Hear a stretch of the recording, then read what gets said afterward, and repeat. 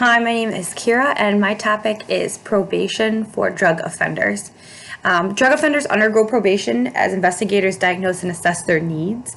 It's very similar to parole. Typically, probation is given to people coming out of jail, and parole is given to people coming out of prison. I wanted to start off with a case in the instance of Terry versus the United States, which is a recent court case that wrapped up this year, actually 2021. The case dealt with the retrospective transformations to the jail sentences for the wrongdoings involving ownership of drugs. The changes made are linked to the Fair Sentencing Act of 2010 and the retrospective capacity initiated by the First Step Act of 2018. The law court governed that even though the First Step Act should only permit retrospective deliberations of jail terms meant for criminalities related to possession of drugs before 2010, it should only cover those delinquencies penalized under the minutest condemning necessities. So before 2010, the U.S. was known for having really stringent state regulations and rules associated with drug possession. A three-tier drawback structure was initiated, and the penalty really depended on the type of drug going through the court. So for crack cocaine, for example, level 1 criminalities would include the mandatory lowest sentence, and the mandatory minimum is 10 years for possession of more than 50 grams. Level 2 wrongdoings would include a minimum of 5 years jail term for possession of 5 grams, and then or anything above, up to the third tier, which does not have a mandatory jail term for quantities lower than 5 grams. So that's your low level offenses. So there's no mandatory jail time associated with that. This is what was the government implemented in that Fair Sentencing Act. So the act modified the ownership points for cocaine to many advanced tiers to arrest those in custody of the actual cocaine. So in 2018, Terry, he was implicated with 4 grams of crack cocaine.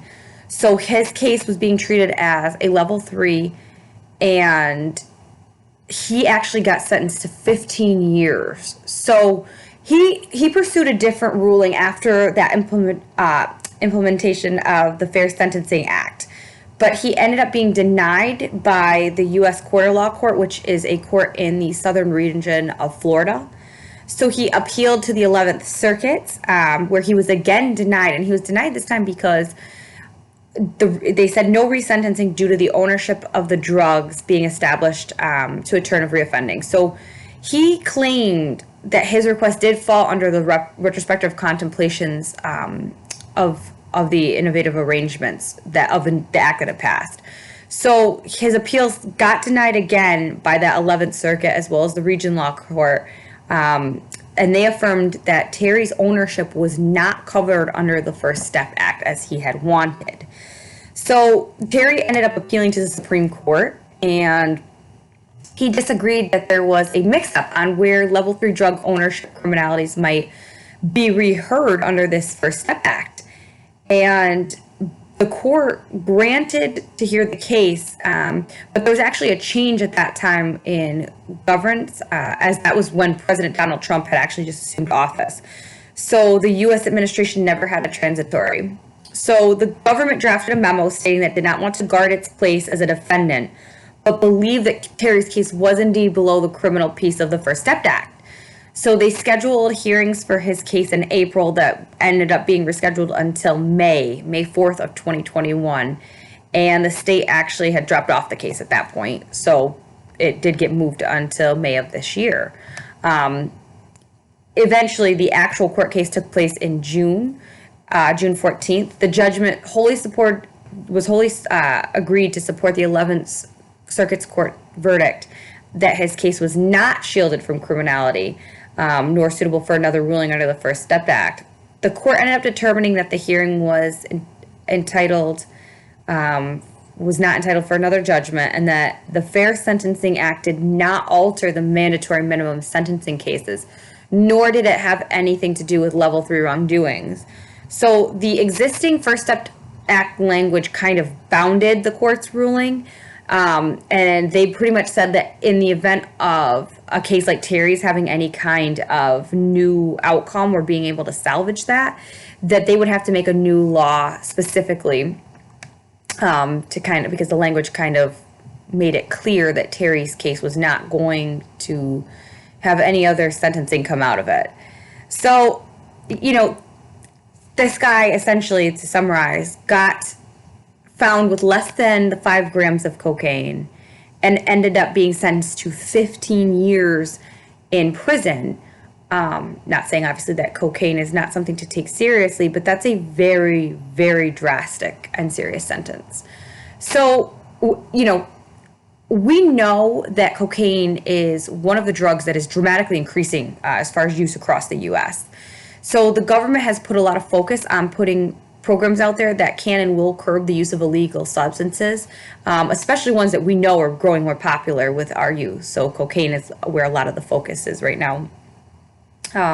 Things we can do to prevent drug use would be more guidance and counseling on the awareness of drugs, really focusing on the schools to help slow down possession rates, and educating the youth on the sentences that they may end up with if they are found with these drugs. That's huge. These are long-term sentences being handed out as far as drug ownership and possession. So the youth being made aware of challenging complications, the addiction that can be associated with drugs, and the penalties that the government has in place for possession and the use of illicit drugs and how severe they are. We know that it is much easier to prevent and stop giving medications that can lead to illicit drug use, especially when we find them early, than it is to stop users who are already addicted. And often people who are involved with addiction issues are ending up with criminal activity and sentences. Parents and guardians should be taking extra care and monitor and educate their children, since the measures and sentences given to the wrongdoers are so severe. Probation for drug offenders can be incredibly difficult to complete. It's not easy to do it successfully. And although it is a great tool to help monitor and release people back into society, there are many steps required before release from probation. The system makes no promises that a drug offender is going to make it through all of them. It takes a lot of work to complete probation successfully than it does to push for better prevention of drug use. So that is my topic. If you're like me, I do a lot better sometimes with some visuals. So I am including a small PowerPoint presentation after this video that just kind of highlights on a couple of the more important things I covered in today's presentation. Thank you so much. It was great getting to do this topic. I feel like I learned a lot.